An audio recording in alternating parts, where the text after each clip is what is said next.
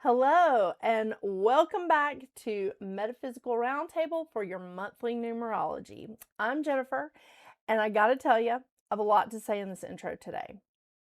Okay, so just bear with me because we're at the end of the year, but we're also at the end of a 9-year cycle. All right, so there's some important things, and we've also had some previews this year to some of the big astrological changes that are going to take place in 2026. Like my cat just like knocking off like all my stuff. This is good. It really is. He's been all over my desk like all day. Yeah. So, the big astrological changes that we have going on next year.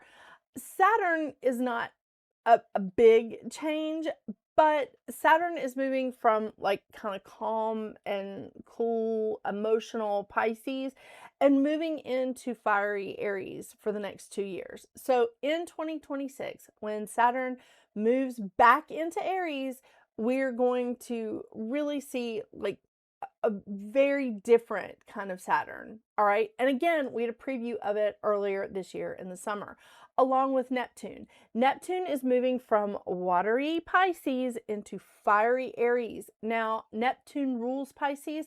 So for the last 14 years, Neptune has been a pretty happy camper.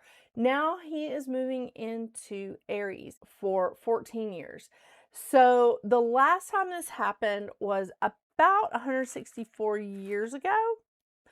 So bear that in mind, okay? So Neptune and Aries, I mean, it can be kind of volatile. So this is going to be interesting, all right, to say the least.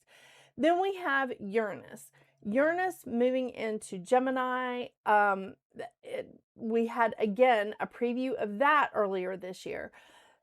So Uranus is going to be in Gemini for the next 7 years, beginning in 2026. So 2026 is a 1 year, the beginning of a new 9-year cycle, and we have all of these big transitions. So again, we've had a nice like year of Pluto being in Aquarius. We've had a preview of what it's going to be like to have Uranus in Gemini, Neptune in Aries, and Saturn in Aries. There are these bigger changes that are coming that are going to be very interesting in how things are going to play out for the next 9 years. And really for the next, Pluto doesn't leave Aquarius until 2044. So it's going to be a minute, right?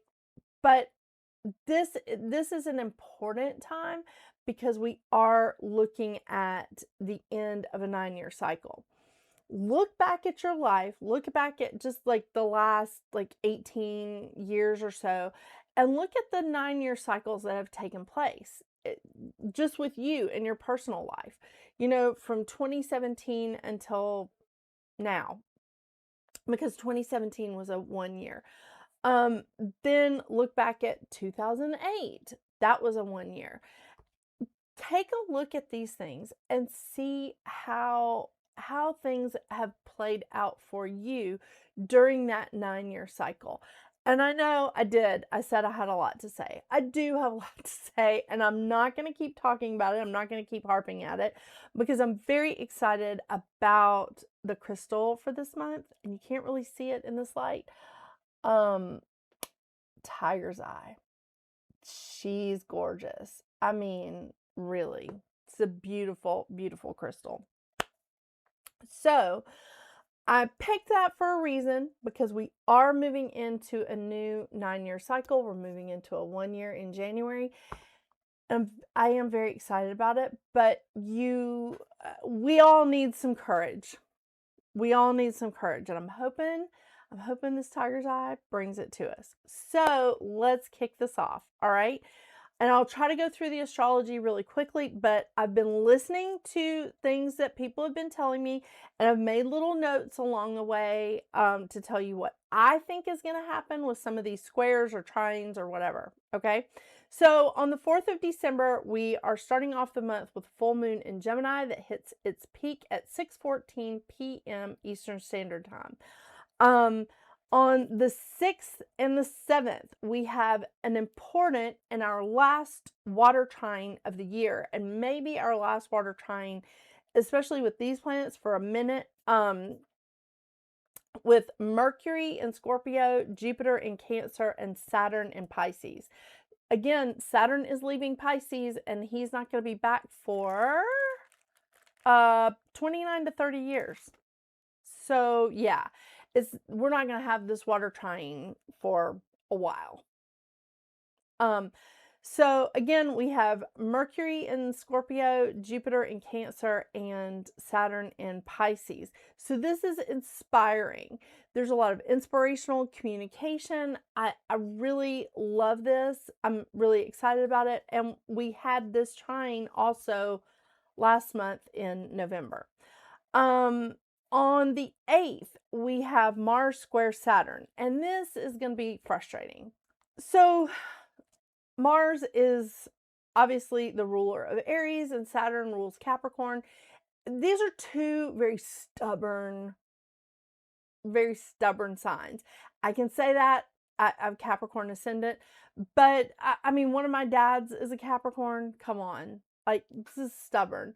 So this can be a very frustrating little square here. So for a couple of days, we can have some frustration. Then on the 10th, we have Neptune going direct in Pisces.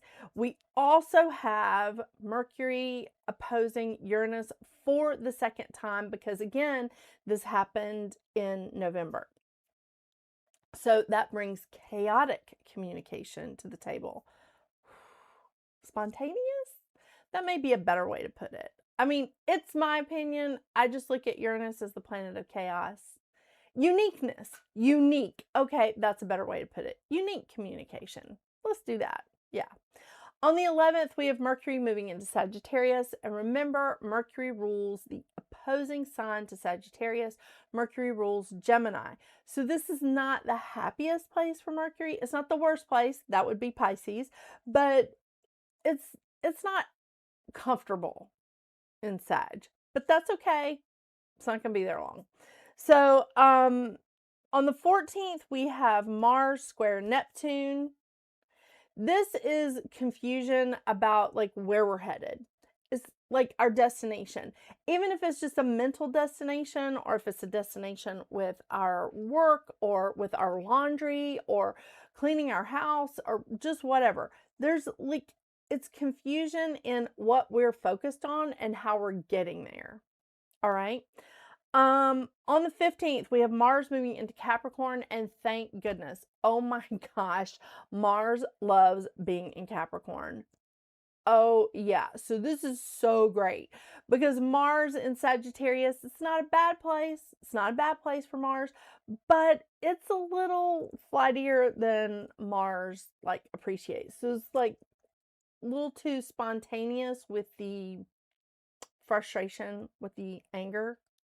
Maybe. Yeah, it's a good way to put it. Maybe it's not a good way to put it. I don't know. On the 19th, yes, I was like, I lost my place. On the 19th, we have a new moon in Sagittarius. Unfortunately, this new moon in Sagittarius, which hits its peak at 8:43 p.m. Eastern Standard Time, is square Saturn and Neptune. So manage your expectations with this new moon in Sagittarius. Okay? On the 21st, we have the sun moving into Capricorn. It is also winter solstice.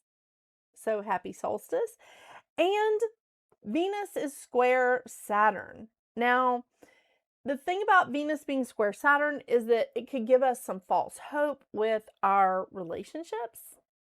So watch out for that, okay? On the 24th, we have Venus moving into Capricorn. Again, hallelujah. And incidentally, Venus is also square Neptune that same day, right before it moves into Capricorn. So when we see Venus square Neptune, even for a minute, it's going to cause tension between the reality and the illusion in our lives. Yeah. On the 30th, we have Mercury square Saturn. So stubborn communication.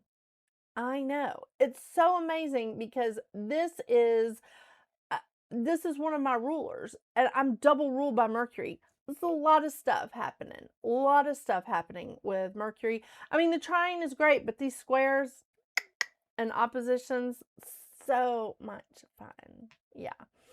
In all of that, I kind of glazed over the whole Christmas Eve, Christmas Day, Kwanzaa, Hanukkah, but I just want to say happy holidays to everyone. Truly, truly, thank you for making my year back on my channel a fabulous one. So I really, really appreciate you. And whatever it is you're celebrating, happy holidays.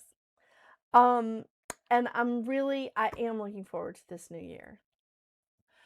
Okay, so we are ending the month and the year with 3 planets in Earth plus South Node and the Sun, 3 planets in water plus North Node, 1 planet in fire, and 1 planet in air. Uranus is retrograde in Taurus. Cancer is housing Jupiter, which is also retrograde. Virgo has South Node. Sagittarius has Mercury. Capricorn is hosting the Sun, Mars, and Venus. Lucky. Pluto is firmly in Aquarius. And Pisces has North Node, Saturn, and Neptune. Now, so we just have the 2 planets in retrograde. Uranus and Jupiter. But I want to talk about Tiger's Eye. This Tiger's Eye is the crystal of duality. And let me tell you, this is so pretty. Oh my gosh, so pretty. I have these beautiful towers. I mean, it's just so pretty. And I even have some bracelets. And what I love about the bracelets is it's not particularly shiny, but you can really, really see all the different colors that are in the Tiger's Eye. It's these beautiful browns and golds. And this has a long history, okay? Long history. Most of the information I got is from crystalvaults.com. But this crystal is known as all-seeing, all-knowing eye. With the long history, Egypt compared the Tiger's Eye with, it represented the sun god Ra and the god of growing Geb. I think I'm saying that right. And it was, again, about duality because the sun god and the god of growing, it was representing the sun and the earth. So very, very interesting combination, which we all love here. This was strength, vitality, divine vision, and they even put these crystals in the eyes of like statues for their deities. Kind of cool. Yeah. The Romans used this because they wore it into battle for courage and protection. The Greeks used the Tiger's Eye to reflect back malice or threats to someone that was maybe on a journey or even like a spiritual journey, because this helped them to navigate safely without malice or threats from others. So it reflected back the malice and threats to people that were sending it out to the travelers. Again, even if it was a spiritual travel. So this crystal is very much about courage, integrity, protection, proper use of power, harmony between opposites. So any opposing feelings or people that are in opposition views. This is a wonderful, I think this would be a wonderful crystal for us all to have right now. This is a great crystal for willpower, determination, grounding, clarity, focus, and of course, good luck, prosperity, good fortune, and protecting all of your stuff. So protecting anything that like you own. Because again, this was historically speaking used to protect like your possessions. I almost forgot just two quick things, real fast. My necklace is also a tiger's eye, and it is so pretty. It's I just want you guys to see that. It's in a dragon claw and it's a tiger's eye. And I may be giving this away at the end of the year. I know. Because I'm putting together a little package for a end of the year gift, shall we say? Maybe even a New Year's gift. So keep that in mind when I'm referring to jewelry in the giveaway.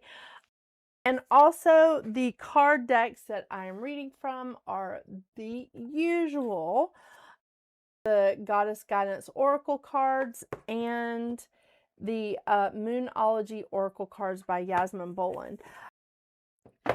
Just wanted to, make sure I touch base on that before I go into everybody's numbers. All right, this has been an extra long intro. Thank you again for all of your support in 2025. This has been quite the journey for me on this channel. So I do appreciate all of you. I really do. So let's get into it and see what the your personal numerology is here at the end of this 9-year and this 9-year cycle.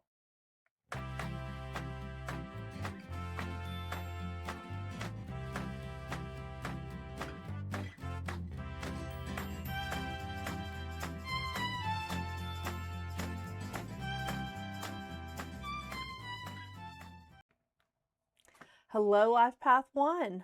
Well, this December for you is really setting the tone for this 1 year of yours in 2026. December is going to be a 22-4 month. So that means you are carrying both the vibration of the 22 and the 4. And let me tell you, the 4 is a hard-working vibration. Okay? It is stability. It's systematic. It's practical. This is manifesting. It is. So whatever it is that you're wanting to manifest for 2026, here's your opportunity. It really is. What do you think, Mercury? Yeah. And Mercury is going to be direct. This really is going to be an incredible time for you. It is. This is a time of organizing your life, clearing out the clutter, putting things in order, and really just building and strengthening everything, businesses and relationships. So if you're trying to get a promotion, if you're trying to build a business, if you're trying to create something, or if you're just trying to get ahead with what you already have, whether again with work or love, now's the time. And when I say relationships, I mean family, friendships, like love relationships. It's a time of building. Definitely is. We love that. I mean, I am a 22-4, so I get you. I get where you are right now, okay? The thing is, you definitely want to be patient because this takes time. It's going to take energy, but this is going to be a great time for you to stay focused and just say, okay, this is what I want. This is what I want to build. This is where I want to go. 4 is manifesting. It really is. Lots of endurance with the 4. I mean, really, because they're here for the long game, for the long haul. It really is wonderful. Now, the mantra of the 4 is, I am a builder, confident and steadfast, seeking order and accomplishment. Accomplishment is the goal for that 4 vibration. And really, it's good because they want to build a solid foundation so they can continue building and building and building all the time. It's a wonderful thing. Yeah. The lesson of the 4 is taking one step after another with patience and an open mind. Now, that does lead me to the shadow side, and everything has a shadow, even Mercury here. Well, sweet little kitty. So when you're in this vibration of a 4, especially if you're not used to it, but actually, I think you're going to do quite well in a vibration of a 4, just letting you know. Being in this vibration of a 4, overwork can cause stress. All right. You got to have some work life balance when you're in this vibration of a 4. All right. Don't burn yourself out in the first week. You got whole month, 31 days. So hang in there. Closing your mind off to new or different ideas inhibits the imagination. And when we start lacking imagination, we start becoming like really argumentative and we get too serious about life in general. Take your time, open yourself up to imagination. Okay. I've given this homework to so many people recently. Okay. I say so many, it's been like 3, that we all need to take the time to let our imaginations go wild for like 10 or 15 minutes a day. Just let it go wild. Just see what happens. So that's awesome. It is. So that'll take some of the seriousness out. It'll keep your imagination strong. So it'll take the argumentative out and it'll open your mind up to new and different ideas that Spirit's trying to bring in your way. Trust me, again, I live it. Yeah. That 4 vibration can also be taken advantage of by people that are close to them. And when I say this is because the stability and the practicalness and the builder of the 4, that wants to like do all the heavy lifting, you know? So people, when they start noticing, hey, they'll do it, they'll do it. The 4 vibration can really get taken advantage of. So watch yourself during this month, okay? It's easy for it to happen because you're really going to be excited about doing some of this work and it will be notable to people who don't want to do it at all. Yeah, that's happened. So the 22, which also carries the foundation of the 4, is a spiritual master builder. All right. The vibration of the 22 wants to help humanity move towards a more positive or a real change. Or let's just combine it. A real positive change. Yeah. I mean, something like with some substance, you know, but positive change. Positive change doesn't always look like it on the surface, but the 22 is angling for people to move towards uh, building and strengthening relationships, between like saying, hey, let's work together to heal instead of working together to tear someone down. Yeah. The 22 vibration is very much an arbitrator because they want to try and work with both sides and try again to like keep some justice, keep some balance, and use some practical wisdom in like some of these matters, which is not an easy thing these days. I mean, really. Um, but really the 22 vibration wants to be a counselor. It wants to like help people maybe look at things in a different way. The mantra of the 22 is I ignite the torch of discovery and healing within my world. So this is something that like usually that vibration of the 22 is working in what they can control, what they can work with. You know, as much as they can. So we also see the 22 vibration has a lot of guides. It's a highly, highly intuitive vibration, very luminary. Yeah. I wouldn't call myself that, but I am a 22-4 again, so I see where you're at. Um, this is someone, the vibration wants to educate people of environmental issues and the importance of strong bonds in all kinds of relationships, whether it's friendships or family or romantic relationships. It's important to have a strong bond in all important relationships. Yeah. And the environment obviously is a big deal for the vibration of the 22. The lesson of the 22 is to push through procrastination and feelings of overwhelmment in order to embrace their true life's purpose.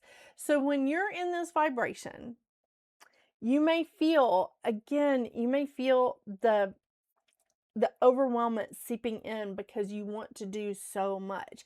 And that's normal for you because you are such a trailblazer and you are all about like seeing how like your ambition can fuel you and how like all these ideas are coming into you constantly and you're like, I could do this and I could do this. So there's a lot of opportunities that are always coming into you, life path 1. So don't get overwhelmed when you're in this vibration of the 22-4 because you are going to want to build, you're going to want to manifest like crazy. And I think that it's wonderful, but be practical with it, okay? This is a marathon, not a sprint. And that vibration of the 4 does have a lot of endurance. So it is going to help you, again, like I said, go for the long game here. Not that you're running a game, but you know what I mean.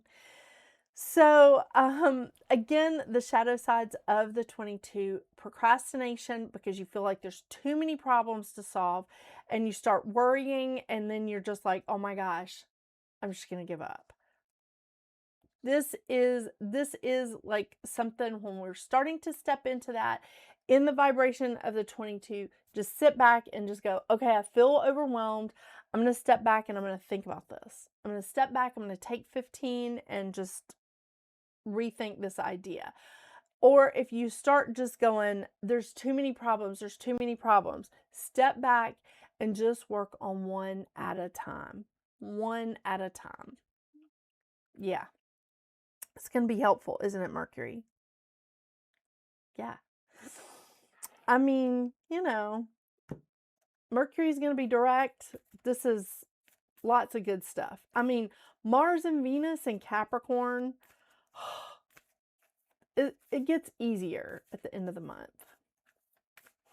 And really, I mean, in January, we're in your year. Love it. I love it. This for sure is gonna, I'm looking forward to 2026. I know you are. I mean, here you are seeing the potential and all this like awesome stuff, and you're basically manifesting an amazing 2026 here at the end of 2025. I love it. I love it. All right. Ooh, it's time to release the negativity. Full moon in Scorpio. It's time to release negativity. Full moon in Scorpio. What kind of negativity are you holding on to? I mean, I'm curious. Inquiring minds want to know, Life Path 1. I love this. You're so resourceful. It's amazing.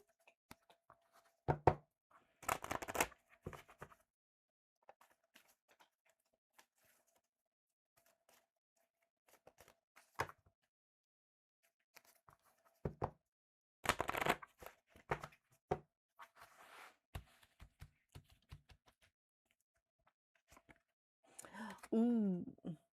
Solace. Bodies of water.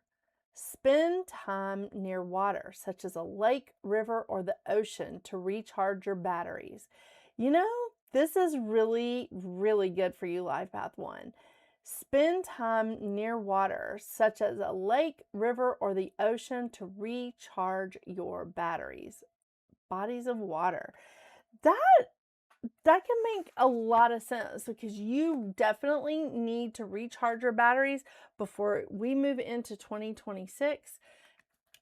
This is going to be a very dynamic year for you. I mean, really, you're already in a place of experiencing the individuality and all the opportunities are coming into you, being very resourceful. And I love it. I love it. I know. I'm going to spend lots of time talking about you and your vibration real soon. It's going to be amazing. Okay, full moon in Scorpio. There we go. It's time to release negativity. If you've been feeling paranoid or acting weird, take this card as a very direct message from the cosmos to stop it. Interesting. Worrying yourself is pointless. Well, you've come to the right place because the 22-4 is about worrying. Sorry. Um, Worrying yourself is pointless. It's time to release any negativity that you have around the situation you're asking about. If someone has been unkind to you, perhaps it's time for you to release them. This card heralds an emotionally intense time since both the full moon and Scorpio themselves are extremely intense. It's time for you to feel all your feelings. There could be some nastiness in the air when you pull this card. If that's the case, take it as a sign to move away from anyone or anything you feel is toxic. For some, however, this card has a totally different meaning. Your sex life can improve now. Wow. If you make an effort, use your magic. You have all you need inside you to bring about your desired result. Emote. It's all better out than in. You know, my great grandmother used to say that.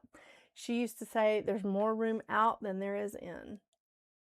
Very appropriate. Thank you so much for joining me today, Life Path 1. I hope you have a wonderful, wonderful December. I look forward to seeing you in 2026. But until we see each other again, get out there and make your magic. Bye.